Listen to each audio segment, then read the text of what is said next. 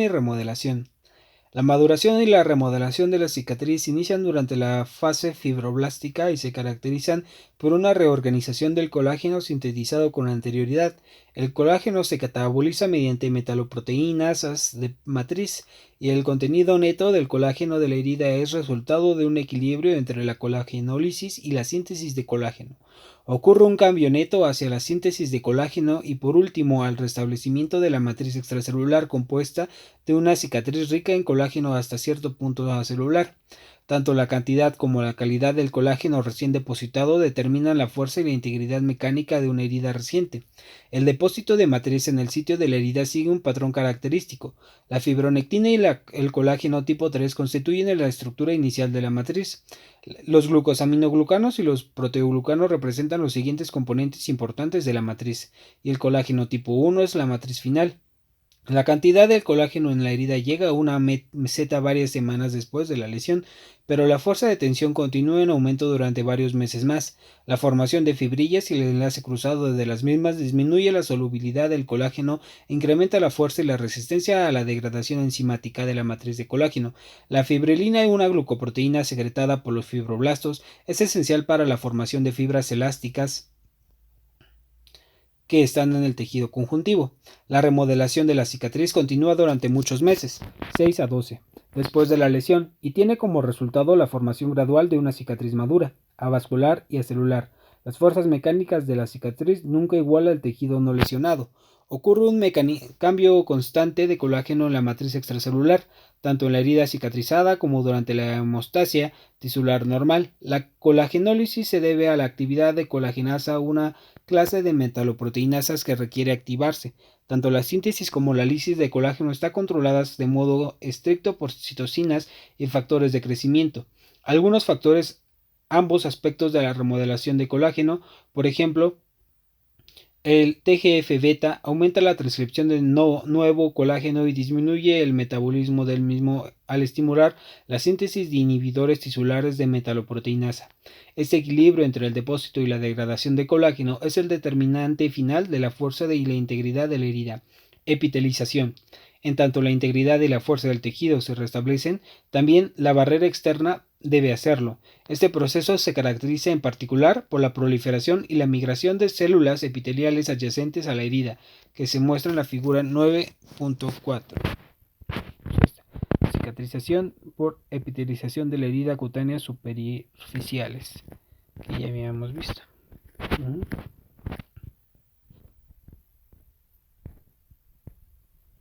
El proceso inicia en el transcurso de un día de la lesión y se observa como un engrosamiento de la epidermis en el borde de la herida.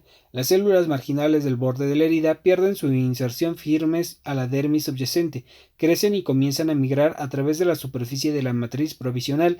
Las células basales fijas en una zona cercana al borde del corte experimentan una serie de divisiones mitóticas rápidas y parecen migrar moviéndose una sobre otra en forma de saltos hasta recubrir el defecto. Una vez que el defecto se cubre, las células epiteliales en migración pierden su aspecto aplanado, adquieren una forma más cilíndrica, incrementan su actividad mitótica. Las capas del epitelio se restablecen y al final la capa superficial se queratiniza. La reepitelización se completa en menos de 48 horas en heridas por corte aproximadas, pero tal vez sea mucho más prolongada en heridas más grandes, que presenten un defecto epidérmico-dérmico importante. Cuando solo el epitelio y la dermis superficial se dañan, como ocurre en los sitios donantes de injertos de piel de espesor parcial o en quemaduras de segundo grado superficial, la reparación consiste sobre todo en reepitelización sin fibroplasia o mínima y formación de tejido de granulación. Aunque los estímulos para la reepitelización aún no se definen por completo, al parecer el proceso es mediado por una combinación de pérdida de la inhibición por contacto o exposición y a constituyentes de la matriz extracelular, en especial fibronectina y citocinas sintetizadas por células mononucleares inmunitarias. Se demostró que en particular el EGF y el TGF, el factor de crecimiento fibroblástico básico, el PDGF y el IGF-1 promueven la epitelización, funciones de los factores de crecimiento en la cicatrización normal. Los factores de crecimiento y las citocinas son polipéptidos que se producen tanto en el tejido normal como en el lesionado y que estimulan la migración y la proliferación y la función celular. Con frecuencia se denominan por las células de las que se derivaron primero, por ejemplo PDGF, o por la primera fusión que se identificó como el factor de crecimiento fibroblástico. Estos nombres suelen ser erróneos porque se sabe que los factores de crecimiento tienen múltiples funciones. Casi todos los factores de crecimiento son en extremo potentes y producen efectos importantes en concentraciones normales, nanomolares. Pueden actuar en forma autócrina, en la que el factor de crecimiento actúa en la célula que lo produce, paracrina mediante su liberación al ambiente extracelular, donde actúan en las células vecinas, o en forma endocrina, en la que el efecto de la sustancia es distante al sitio en que se liberó y la sustancia se transporta al sitio efector por el torrente sanguíneo. El momento de la liberación puede ser tan importante como la concentración para determinar la efectividad de los factores de crecimiento. Como estos polipéptidos ejercen sus efectos al unirse con receptores de superficie celular, para que el efecto biológico ocurra, el receptor apropiado debe estar presente en las células que responden al momento en que se liberan. El cuadro 9-2 resume los principales factores de crecimiento que se encuentran en cicatrización de heridas y sus efectos conocidos en células que participan en el proceso de cicatrización. Es este. Factores de crecimiento que participan en la cicatrización de heridas. Factor de crecimiento PDGF, origen de las células de la herida, plaquetas, macrófagos, monocitos, células del músculo liso, células endoteliales, efectos celulares y biológicos, quimiotaxis, fibroblastos, músculo liso, monocitos, neutrófilos, mitogénesis, fibroblastos, células del músculo liso, estimulación de angiogénesis, estimulación de síntesis de colágeno, estimula la reepitelización, modula la remodelación hística, estimulación angiogénesis por estimulación de la proliferación y la migración de células endoteliales, mitogénesis, mesodermo y neuroectodermo. HGF, fibroblastos, estimula fibroblastos, queratinocitos, condrocitos, mioblastos, suprime la inflamación, formación de tejido de granulación, angiogénesis y reepitelización, factor de crecimiento y queratinocitos y fibroblastos. Homología importante con FGF, estimula la queratinocitos. EGF, plaquetas, macrófagos, monocitos, también se identifican en glándulas salivales, glándulas duodenales, riñón y glándulas lagrimales. Estimula la proliferación y la migración de todos los tipos de células epiteliales. TGF-alfa, queratinocitos, plaquetas, macrófagos, homología con EGF, se une a los receptores GF, mitógeno y quimiotáctico para células epidérmicas endoteliales. TGF-beta, 3 isoformas, beta 1, beta 2 y beta 3, plaquetas, linfocitos T, macrófagos, monocitos, neutrófilos, fibroblastos, queratinocitos. Estimula la angiogénesis, estimula la quimiotaxis leucocitaria. TGF-beta 1 estimula la producción de matriz de la herida, fibronectina, glucosaminoglucanos de colágeno, regulación de la inflamación. TGF-beta 3 inhibe la formación de cicatriz. Factores de crecimiento similares a la insulina. IGF-1 y IGF-2, plaquetas IGF-1 en concentraciones altas en el hígado, IGF-2 en concentraciones altas durante el crecimiento fetal, probablemente el factor de acción de la hormona de crecimiento, promueve la síntesis de proteínas, matriz extracelular e incrementa el transporte de glucosa en la membrana. Factor de crecimiento endotelial, vascular, macrófago, fibroblastos, células endoteliales, queratinocitos. Mitógeno para células endoteliales no fibroblastos, estimula la angiogénesis proinflamatorios. Interleucina 1, macrófago, leucocitos, queratinocitos, fibroblastos. Interleucina 4, interleucina 6, actinina, angiopoyetina 1, 2, CX3, CL1. Leucocitos, fibroblastos, células endoteliales, macrófagos y queratinocitos, fibroblastos, células endoteliales, macrófagos, células endoteliales proinflamatorios, estimulan la angiogénesis, la reepitelización y la remodelación tisular, estimula la síntesis de colágeno, estimula la inflamación de la angiogénesis, la reepitelización del depósito de colágeno y la remodelación tisular, estimula la formación de tejido de granulación, diferenciación de queratinocitos y reepitelización, estimula la angiogénesis, estimula la inflamación de la angiogénesis y el depósito de colágeno. Factor estimulante de colonias de granulocitos y macrófagos. Macrófagos, monocitos, células endoteliales, fibroblastos estimulan la diferenciación, proliferación de macrófagos. CX3CL1 ligado a la quimiosina EGF, factor de crecimiento epidérmico, FGF, factor de crecimiento fibroblástico, HGF, factor de crecimiento de patocitos, interleucina, PDGF, factor de crecimiento derivado de plaquetas y TGF, factor de transformador de crecimiento.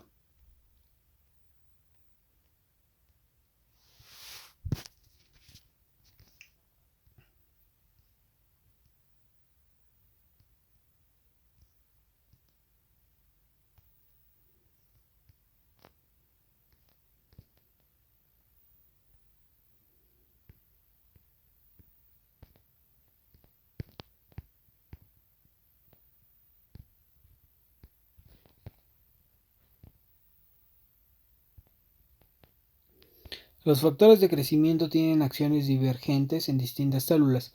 Pueden ser quimioatrayentes en un tipo de célula, en tanto que estimulan la replicación de un tipo celular diferente. Se sabe poco de la relación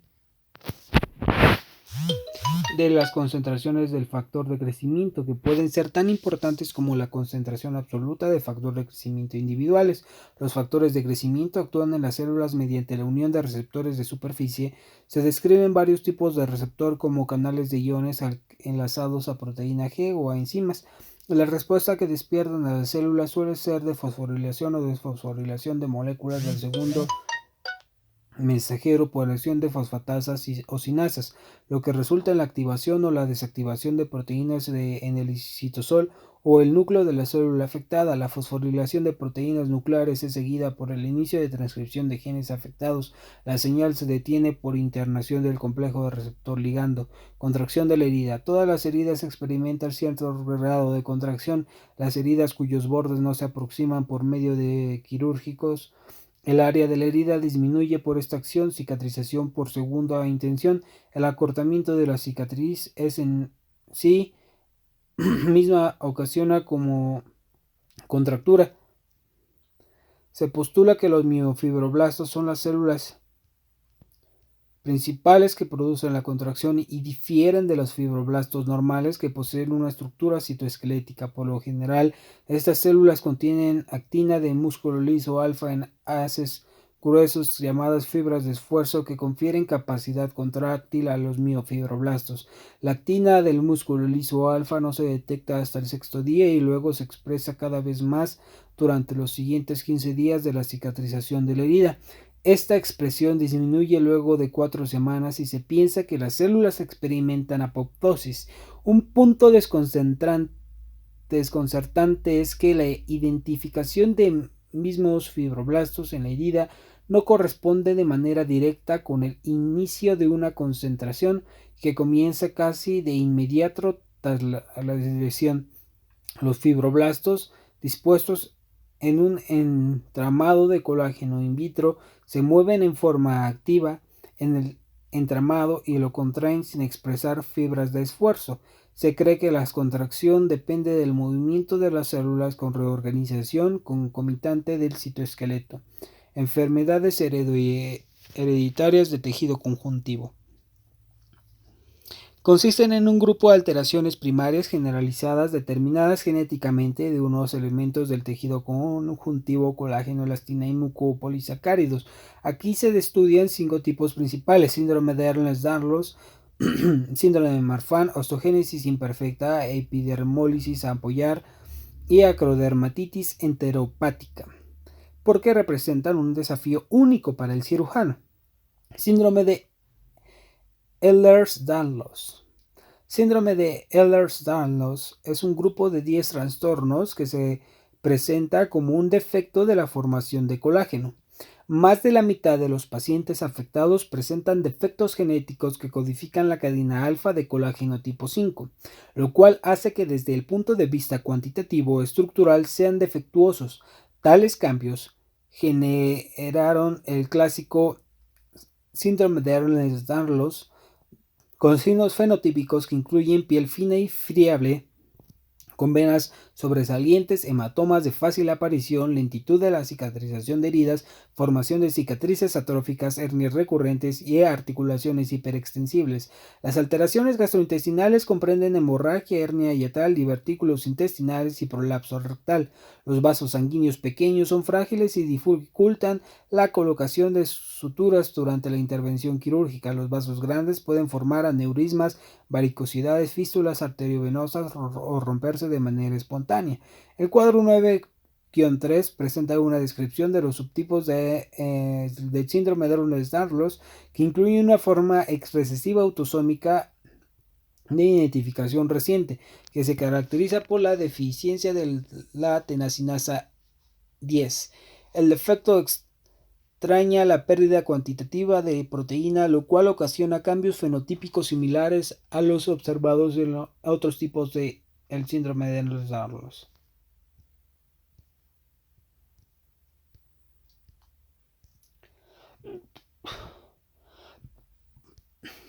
Aspectos clínicos, genéticos y bioquímicos de los subtipos de síndrome de Ehlers-Danlos. Tipo 1. Características clínicas: piel blanda, hiperextensible, hematomas espontáneos, frágil, cicatriz atrófica, articulaciones hipermóviles, venas varicosas, nacimientos prematuros. Herencia autosómica dominante. Defecto bioquímico desconocido. 2. Similar al tipo 1, pero menos grave. Autosómico dominante desconocido. 3. Piel blanda, no hiperextensible, cicatrices normales, hipermovilidad de articulaciones pequeñas y grandes. Autosómico dominante desconocido. 4. Piel delgada, transparente, venas visibles, cicatrización normal, sin hiperextensibilidad, no hay hipermovilidad articular, rotura arterial, intestinal y urinaria. Uterina, autosómico dominante, defecto en el colágeno tipo 3. 5. Similar al tipo 2. XLR desconocido.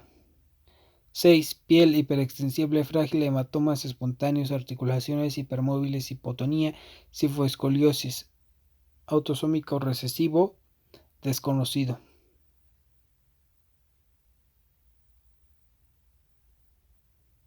XLR, que era recesivo ligado a X. Wow.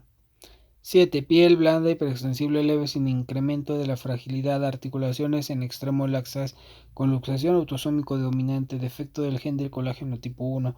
8. Piel blanda, hiperextensible, hematomas espontáneos, cicatrización anormal con colocación púrpura, articulaciones hipermóviles, periodontitis generalizada, autosómica dominante, desconocido. 9. Piel blanda, laxa, divertículos y rotura vesical, pronación y supinación limitadas, clavícula ancha, astas occipitales, recesivo ligado a X, defectos de lisis oxidasa con uso anormal de cobre. Similar al tipo 2 con estudios de coagulación anormales, autosómico recesivo, defectos de la fibronectina. TNX, hipermovilidad articular, fragilidad cutánea, autosómico recesivo, ausencia de proteínas tenacina X.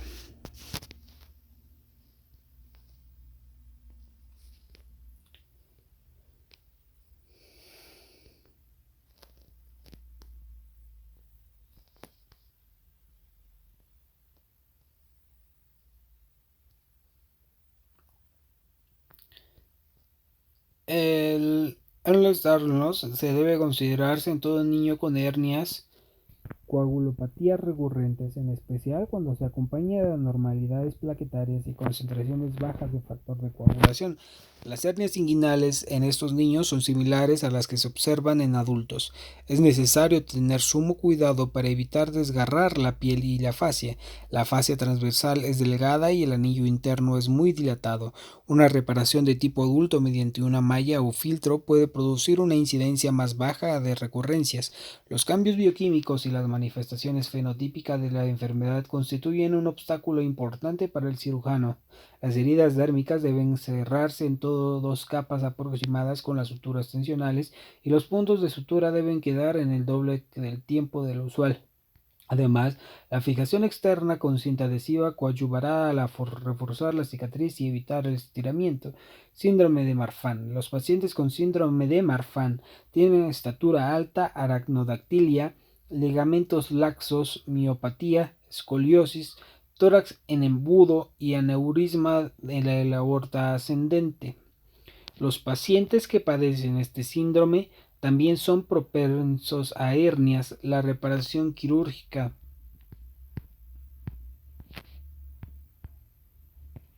de un aneurisma disecante es difícil porque el tejido conjuntivo blando no sostiene las suturas. La piel puede ser hiperextensible, pero sin retrasos en la cicatrización de heridas.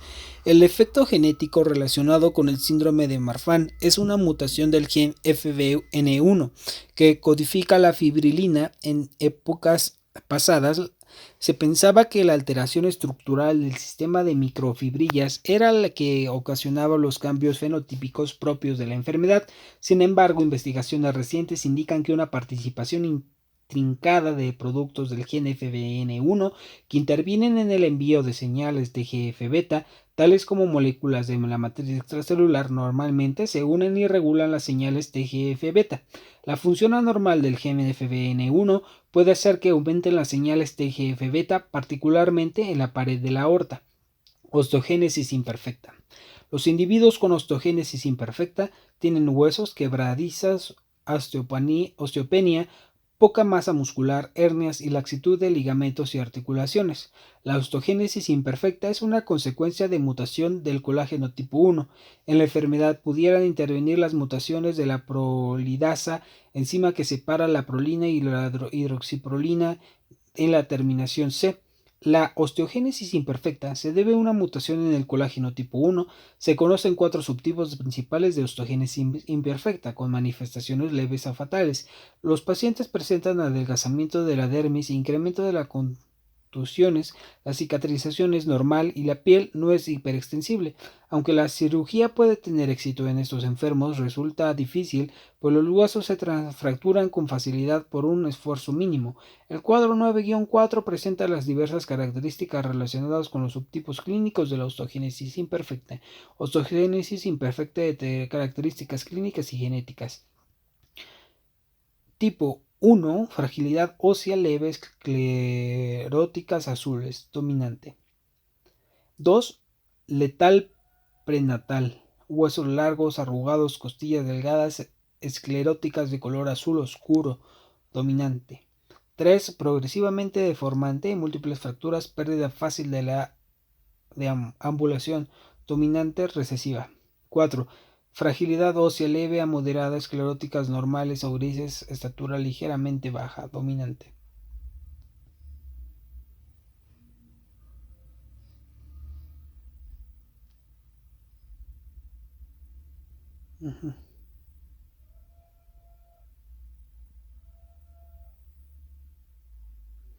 Epidermólisis ampollar. La epidermólisis ampollar se clasifica en 4 subtipos: EB simple, EB de la unión, EB distrófica y síndrome Kindler. Las primeras 3 dependen de la localización de las diversas capas cutáneas. La última puede asumir la forma de ampollas múltiples en diversas capas de la piel. Se han identificado defectos genéticos del subtipo, pero es muy similar al fenotipo global.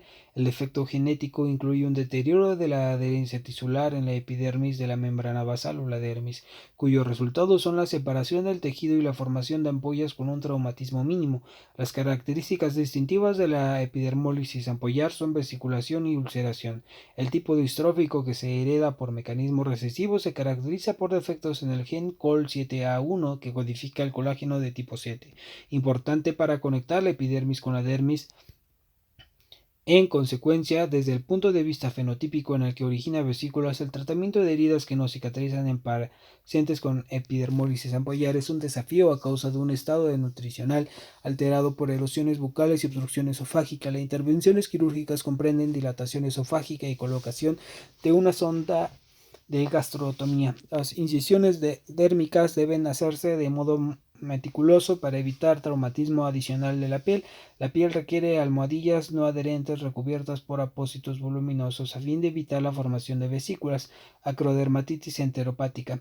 La acrodermatitis enteropática es una enfermedad autosómica recesiva infantil que produce una incapacidad para absorber suficiente zinc en la leche materna o el alimento. La mutación de acrodermatitis enterohepática afecta a la captación intestinal de zinc al evitar la unión de este elemento en la superficie celular y su translocación al interior de las células. En fechas recientes se localiza el defecto genético en el cromosoma 8q24.7, identificado como el gen SL39A4, expresado en el interior del intestino, que ha regulado de forma ascendente, es decir, con incremento cuantitativo basado en reservas de zinc. La deficiencia de zinc se acompaña de deterioro de la formación de tejido de granulación, porque el zinc es un cofactor necesario para la polimerasa DN4 y la transcriptasa inversa, y su deficiencia puede deteriorar la cicatrización por inhibición de la proliferación celular. La acrodermatitis enterohepática se caracteriza tanto por deterioro de la cicatrización de heridas como por dermatitis eritematosa purulenta que incluye las extremidades y las áreas que rodean los orificios corporales. El diagnóstico se confirma mediante la presencia de una concentración sanguínea anormalmente baja de zinc, mayor a 100 mg sobre 100 ml. Los complementos orales de 100 a 400 mg día de sulfato de zinc curan el deterioro de la cicatrización. Cicatrización en tejidos específicos. Tubo digestivo.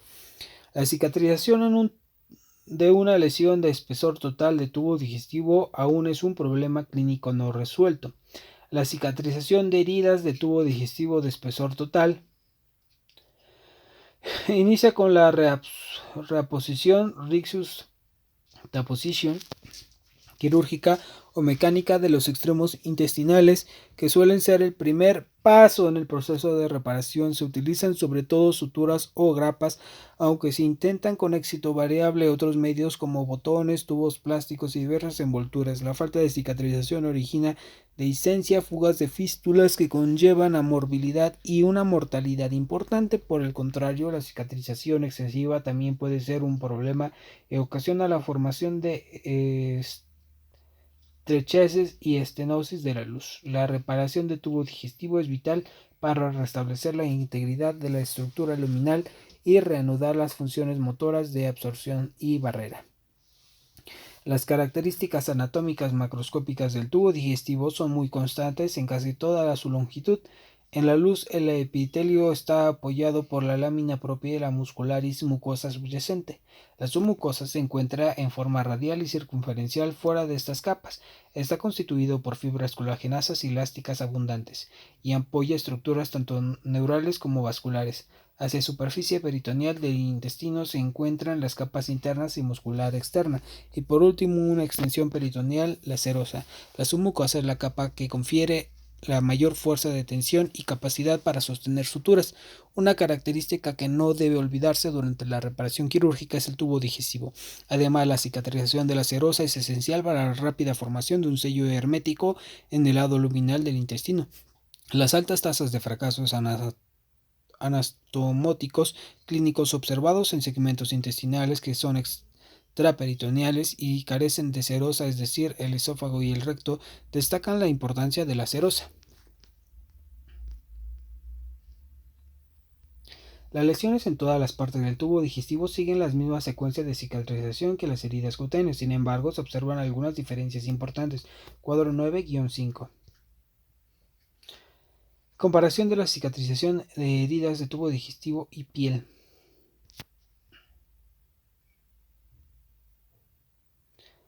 Ambiente de la herida. pH. El tubo digestivo varía en la totalidad del tubo digestivo según las excreciones exocrinas locales. En la piel suele ser constante, excepto durante la septicemia o infección local. Microorganismos en el tubo digestivo, aerobios y anaerobios, en especial en colon y recto, problemáticos si contaminan la cavidad peritoneal. Piel. Los comensales de la piel rara vez causan problemas. La infección suele resultar de contaminación exógena o diseminación hematógena. Fuerza de desgarro en el tubo digestivo. El tránsito del volumen intraluminal y la peristalsis ejercen fuerzas de separación en la anastomosis. En la piel, los movimientos esqueléticos pueden forzar la línea de sutura, pero el dolor suele actuar como un mecanismo protector que evita el movimiento excesivo. Oxigenación tisular dependiente del aporte vascular intacto y la formación de neocapilares, transporte circulatorio de oxígeno, así como difusión. Síntesis de colágeno, tipo de células, fibroblastos y células de músculo liso, fibroblastos. Latirógenos. La D-penicilamina no tiene efecto en el enlace cruzado de colágeno. En la piel, inhibición importante del enlace cruzado con disminución de la fuerza de la herida. Enteroides. Existen pruebas contradictorias acerca de su efecto negativo en la cicatrización del tubo digestivo. El incremento de abscesos en la línea anastomótica puede tener una función importante.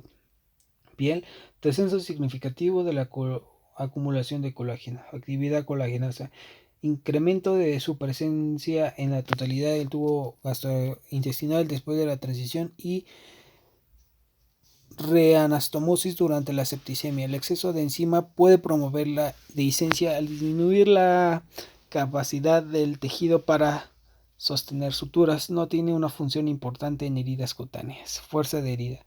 Recuperación rápida a nivel preoperatorio, menos rápido que el tejido del tubo digestivo.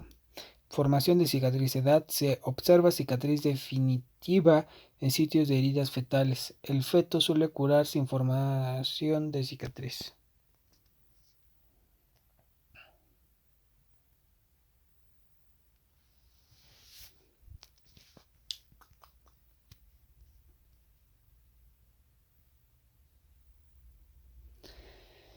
La reparación mesotelial serosa y de la mucosa puede ocurrir sin formación de cicatriz. La integridad inicial de la anastomosis depende de la formación de un sello de fibrina en el lado seroso que logra la hermeticidad y la capacidad de la pared intestinal para sostener suturas.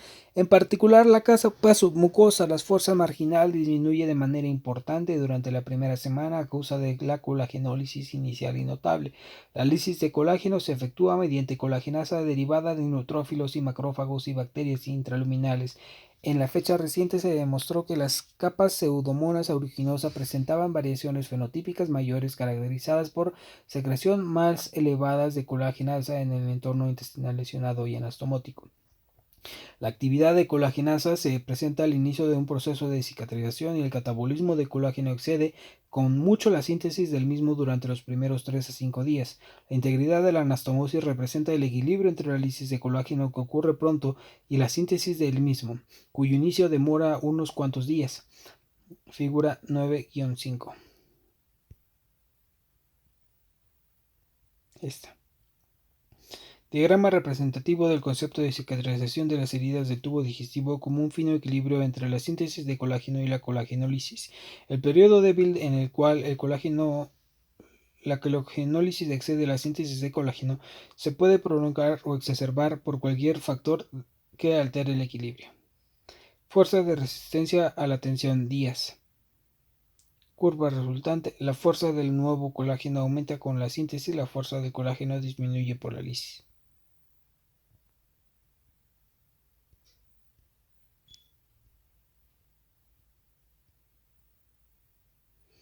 La colagenasa se expresa después de la lesión en todos los segmentos del tubo digestivo, pero es mucho más notable en el colon que en el intestino delgado. La síntesis de colágeno en el tubo digestivo la realizan tanto los fibroblastos como las células del músculo liso. Los fibroblastos del colon producen mayores cantidades de colágeno que los de la piel, lo que refleja características fenotípicas diferentes y respuestas distintas a citocinas y factores de crecimiento entre estas diversas poblaciones de fibroblastos. La fuerza final de la anastomosis no siempre se relaciona con la cantidad absoluta de colágeno y es posible que la estructura y la disposición de la matriz de colágeno sean más importantes. Consideraciones técnicas. La enseñanza tradicional sostiene que Para una anastomosis cicatrices sin complicaciones debe crecer de tensión, tener una perfusión adecuada, recibir una nutrición apropiada y no presentar septicemia.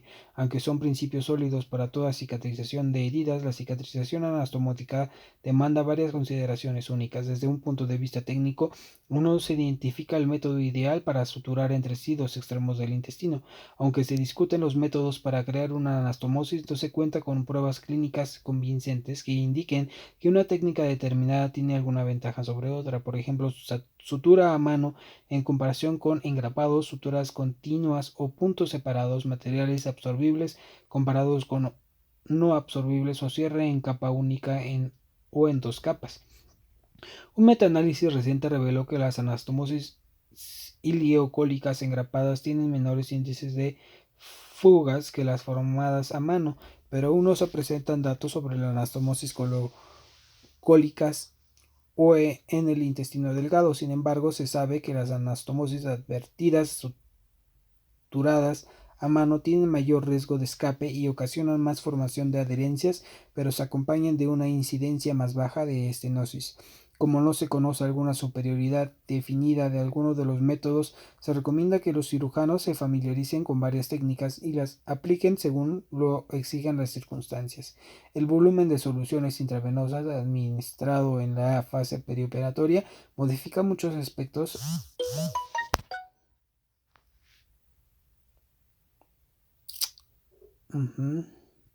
de la recuperación después de la cirugía de colon. Datos experimentales y clínicos indican que la cicatrización de la anastomosis puede ser afectada de manera negativa por la administración excesiva de soluciones que ocasiona acumulación de las mismas en el tercer espacio, mayor tensión abdominal, edema tisular, factores que disminuyen el flujo sanguíneo en pequeños vasos en el borde de la cicatrización.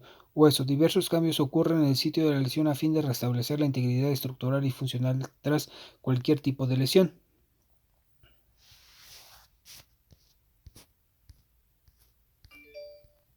Ósea. Casi todas las fases de cicatrización se asemejan a las que se observan en la piel, pero las lesiones óseas muestran ciertas características individuales notables. La etapa inicial de la formación de hematoma consiste en una acumulación de sangre en el sitio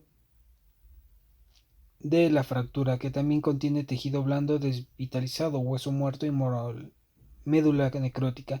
En la siguiente etapa tiene lugar la licuefacción y la degradación de productos no viables en el sitio de la fractura. El hueso normal adyacente al sitio lesionado puede sufrir entonces revascularización con el crecimiento de nuevos vasos sanguíneos hacia el sitio de fracturas. Esto es similar a la formación de tejidos de granulación en el tejido blando. Los síntomas relacionados con esta etapa son características de inflamación con evidencia clínica de tumefacción y eritema. 3 a 4 días después de la lesión de tejidos blandos, forma un puente entre los segmentos óseos, fracturas en la etapa siguiente, etapa del collar blando. Este tejido blando se deposita donde se ha presentado neovascularización y sirve como una férula interna que previene el daño de los vasos sanguíneos recién formados y logra una unión fibrocartilaginosa. El callo blando se forma en la parte externa a lo largo de la diáfisis ósea y en la parte interna dentro de la cavidad medular. En clínica, esta fase se caracteriza por la terminación de dolor y los signos inflamatorios. La fase siguiente, etapa de callo duro, consiste en la mineralización de callo blando y su conversión en hueso, lo que tal vez requiera hasta 2 o 3 meses y conduce a una unión ósea completa. Ahora el hueso se considera lo bastante fuerte para soportar el apoyo de peso y muestra un aspecto cicatrizado en la radiografía. En esta etapa se va seguida de la fase de remodelación en la que el callo excesivo se reabsorbe y la cavidad medular se recanaliza. Esta remodelación posibilita la transmisión correcta de fuerzas y restablece el contorno del hueso. Como se observa en la cicatrización de la dermis, el proceso de unión ósea está medida por factores de crecimiento y citocinas solubles. El grupo más estudiado son las proteínas morfogénicas óseas, que pertenecen a la superfamilia del TGF-beta. Al estimular la diferenciación de células mesenquimatosas en condroblastos y osteoblastos, la BMP afectan en forma directa a reparación del hueso del cartílago. Otros factores de crecimiento como PDGF, TGF-beta, TNF-alfa y BFGF participan también en la reparación ósea mediada por las fases inflamatorias y proliferativas de la cicatrización. Cartílago. El cartílago consiste en células condrocitos rodeados por una matriz extracelular constituida por varios proteoglucanos, fibras de colágeno y agua. A diferencia del hueso, el cartílago es muy avascular y depende de la difusión para la transmisión de nutrimentos a través de la matriz. Además, el pericondrio hipervascular constituye de manera importante a nutrir el cartílago. Por lo tanto, las lesiones de cartílago pueden acompañarse de efectos permanentes secundarios a la perfusión escasa y tenue. La respuesta de la cicatrización del cartílago depende de la profundidad de la lesión. En la lesión superficial, la matriz de proteoglucano se altera y los condrocitos se lesionan. No se observa respuesta inflamatoria, pero sí un incremento en la síntesis de proteoglucano y colágeno que depende por completo del condrocito. Por desgracia, la potencia de la cicatrización del cartílago no suele ser adecuada y la regeneración total es incompleta. Por estas razones, la lesión superficial del cartílago cicatrizan con lentitud y a menudo originan defectos estructurales persistentes. En contraste con las lesiones superficiales, las profundas incluyen el hueso subyacente y el tejido blando. Ello conduce a la exposición de conductos vasculares del tejido dañado circundante que pueden ayudar a la formación de tejido de granulación. La hemorragia permite el inicio de respuesta inflamatoria y la activación subsecuente de mediadores de la función celular para la reparación. Conforme el tejido de granulación se establece, migran fibroblastos hacia la herida y sintetizan tejido fibroso que condrifica.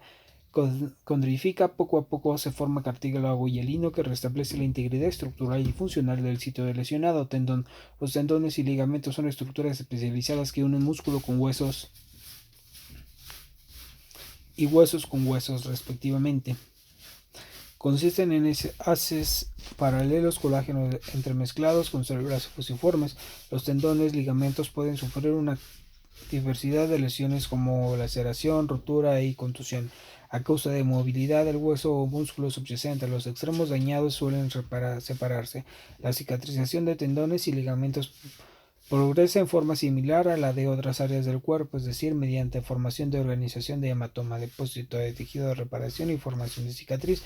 La matriz se caracteriza por acumulación de colágeno tipo 1 y 3 aunado a un incremento del contenido de agua, el DNA y el glucosaminoglucano. La transmisión de fuerzas a través de la porción dañada puede ocurrir a medida que las fibras de colágeno se organizan. Es posible que el restablecimiento de la integridad mecánica nunca iguale a la del tendón no dañado. La vasculatura del tendón ejerce un efecto claro en la cicatrización.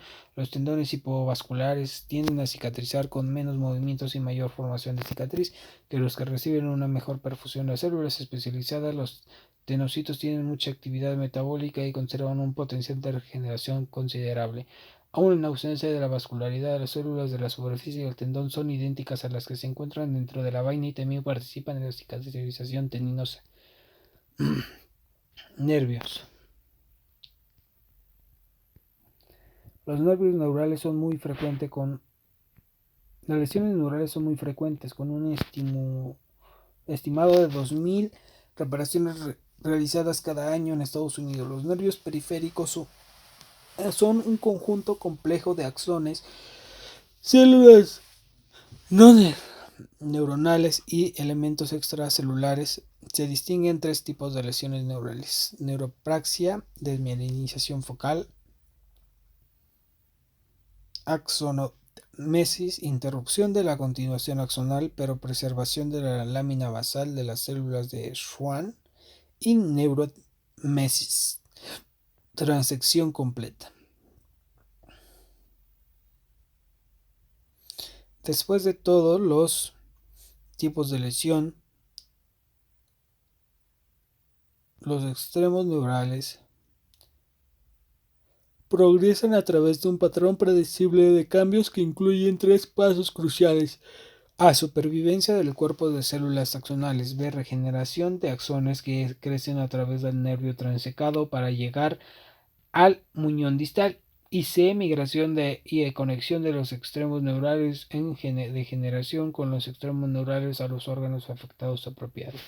Los fagocitos eliminan el muñón distal, los axones y vaina de mielina en degeneración walleriana. Los brotes axonales en regeneración se extienden desde el muñón proximal y penetran en el muñón distal y los tejidos circundantes. Las células de Schwann vainan y ayudan a reminimizar los axones en regeneración. Se forman unidades funcionales cuando dichos axones en regeneración se unen con los puntos de acción finales apropiados. Varios factores participan en la cicatrización neural, como los factores de crecimiento, las moléculas de adherencia celular y las células y los receptores no neurales. Los factores de crecimiento incluyen el factor de crecimiento neural, el factor neurotrópico derivado del cerebro, los factores de crecimiento fibroblastos básicos y ácidos. Y las neuroleucinas, las moléculas de adherencia celular que participan en la cicatrización neural, comprenden moléculas de adherencia neural, las moléculas de adherencia neuroglía, la glucoproteína de adherencia y la de mielina y la adenina N.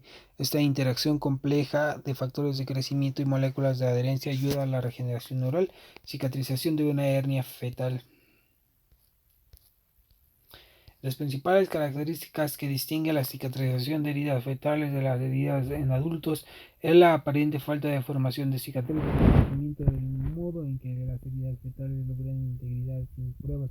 Cicatrización parece prometedor para la posible manipulación de fibrosis indeseable a la formación excesiva de cicatriz en adultos. Aunque la cicatrización fetal inicial se distingue por la ausencia de cicatriz y semeja a la regeneración de tejidos, ocurre una fase de transición durante la vida generacional en la que surge un patrón de cicatrización más similar a la del adulto. Esta llamada herida de transición se observa al inicio del tercer trimestre y durante este periodo hay una reparación sin formación de cicatriz. Sin embargo, existe una pérdida de la capacidad para regeneración de apéndices cutáneos.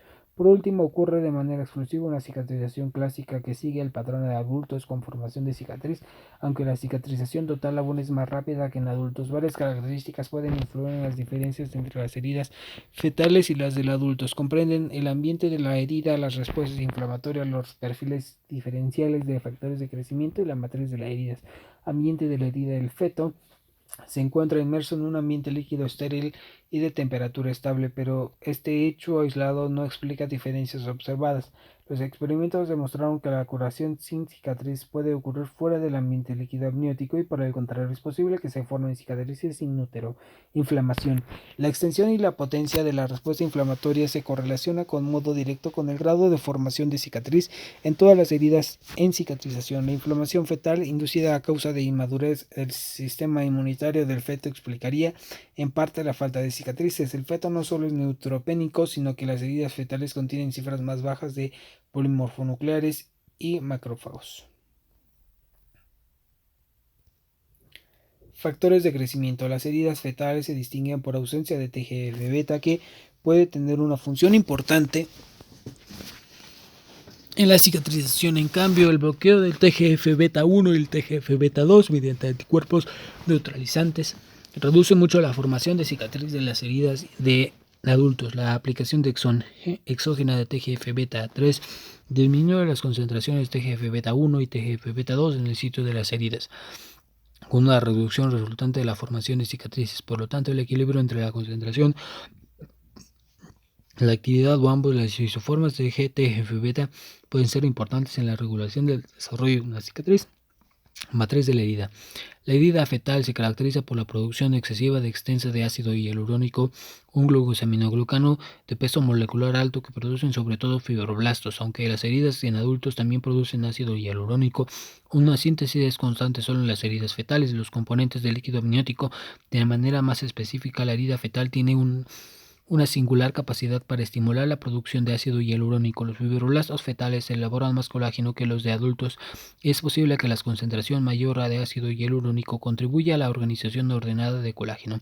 Como resultado de estos descubrimientos, se utiliza ácido hialurónico por vía tópica para mejorar la cicatrización e inhibir la formación posoperatoria de adherencias. La disposición de colágeno en las heridas fetales tiene naturaleza reticular y se asemeja al tejido vecino, en tanto que la disposición del adulto expresa grandes fibrillas de colágeno paralelas orientan en sentido perpendicular la superficie. Clasificación de heridas. Las heridas se dividen en agudas o crónicas. Las agudas cicatrizan en forma y tiempo predecibles. El proceso ocurre con pocas, si acaso algunas complicaciones, y el resultado final es una herida bien cicatrizada. Las heridas quirúrgicas pueden cicatrizar en varias formas. Se dice que una herida por incisión es que es limpia y se cierra con sutura, cicatriza por primera intención, con frecuencia a causa de la contaminación bacteriana o la pérdida de tejido. La herida se deja abierta para que cicatrice mediante formación de tejido de granulación y contracción. Esto constituye la cicatrización por segunda intención, el cierre primario tardío o cicatrización por tercera intención. Es una combinación de los dos primeros y consiste en la colocación de suturas, permitir que la herida permanezca abierta unos cuantos días y cerrar después de las suturas. Figura 9-6. Primera intención: epitelización, reparación.